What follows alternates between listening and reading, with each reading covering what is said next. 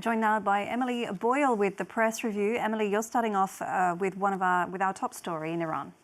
Yes, well, this is, of course, all over all of the front pages. But let's start in Iran with the state-controlled Tehran Times. This is their front page today, only available on X because their website is down. It has a photo of the pro-regime protests that were organised on Monday. And their headline here reads, Iran's nation sends defiant message to Trump, game over. Now, interestingly, down here, the paper boasts about a complete Starlink blackout, and down here only discreetly mentions internet disruptions, which is a little bit of a euphemism. Let's have a look at RFI. They have quite a different picture here. They're talking about an unprecedented digital blackout. The reality of the situation is that internet's been cut out almost completely in the country since the 8th of January. So the blackout makes it harder for protesters to communicate, but also for the outside world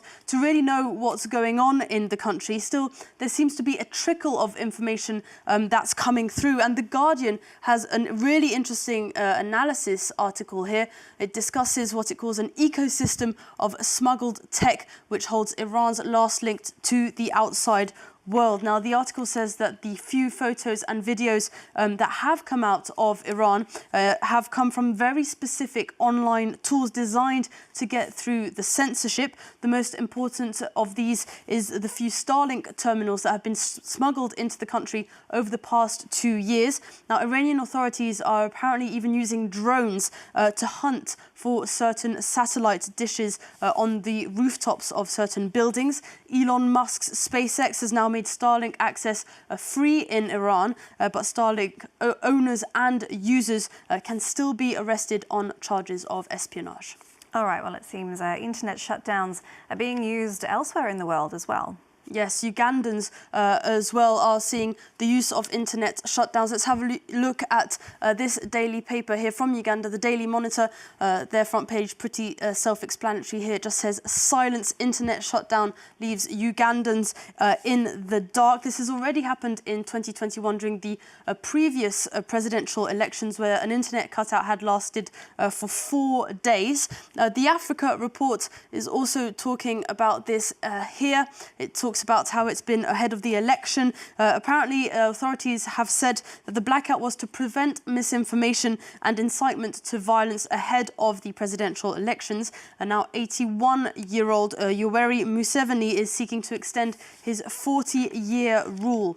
Now, another paper in Uganda here has a slightly different take. The Independent, it says that his widely expected win will deepen succession and Gen Z challenges. The article points out that Uganda has an extremely young population, which could be inspired by Gen Z protests that were happening around in the region. It also points out that Uganda's aging president might see his succession battle intensify if he were to get a 7th consecutive term. Right, meanwhile, in the UK, the far-right UKIP party has unveiled its potential new logo. Yeah, this is all over social media in the United Kingdom. Let's have a look at the British Independent here. The UK Independence Party, or UKIP as it's known, has submitted its new logo to replace its purple and yellow pound emblem. And people have accused it of looking a little bit like, or rather quite a lot like, a Nazi symbol. Now, we can have a look at the new logo here. This is the new UKIP logo. It has a spear there, and what this is supposed to be a shield, and that cross, and a new tagline, the new right.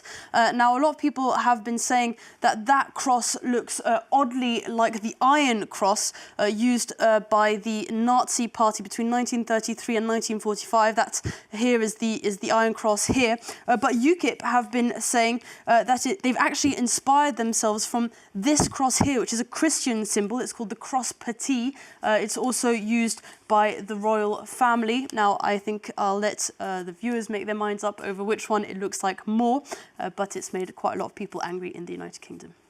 All right, well, in Morocco, things are heating up at the Africa Cup of Nations. Tell us more. Yeah, it's a really exciting day for football fans because it's the day of the two semi-finals of the Africa Cup of Nations, and it's a pretty star-studded cast for tonight's games. No less than 5 African Ballon d'Or winners will be playing for their spot in the finals. Look out for Achraf Hakimi, Ademola Lookman, Victor Osimhen, Sadio Mane or Mohamed Salah. Now, the rivalry between Sadio Mane and Mo Salah is one to look out for in particular, and one that The Guardian is discussing here today in this article, that the former Liverpool teammates have played each other 6 times in international football. Most importantly, Egypt and Senegal, the teams they play for, recently met in the 2022 AFCON finals, where Senegal won their first AFCON title on penalties.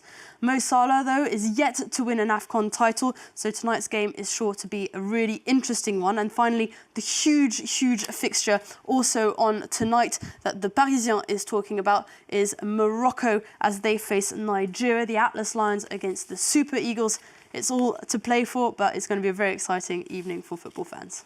All right, finally from you, Emily. You're taking us from football fireworks to musical fireworks. Yeah, this is something for the K-pop fans. If you're not so much into football, you'll be delighted to know that BTS is back and they've announced their year-long tour, 79 dates to look forward to. Tickets are on sale from January, so you should get your hands on those if you have time. All right, Emily Boyle, thank you very much for that look at the papers. We'll be right back after this short break on France 24.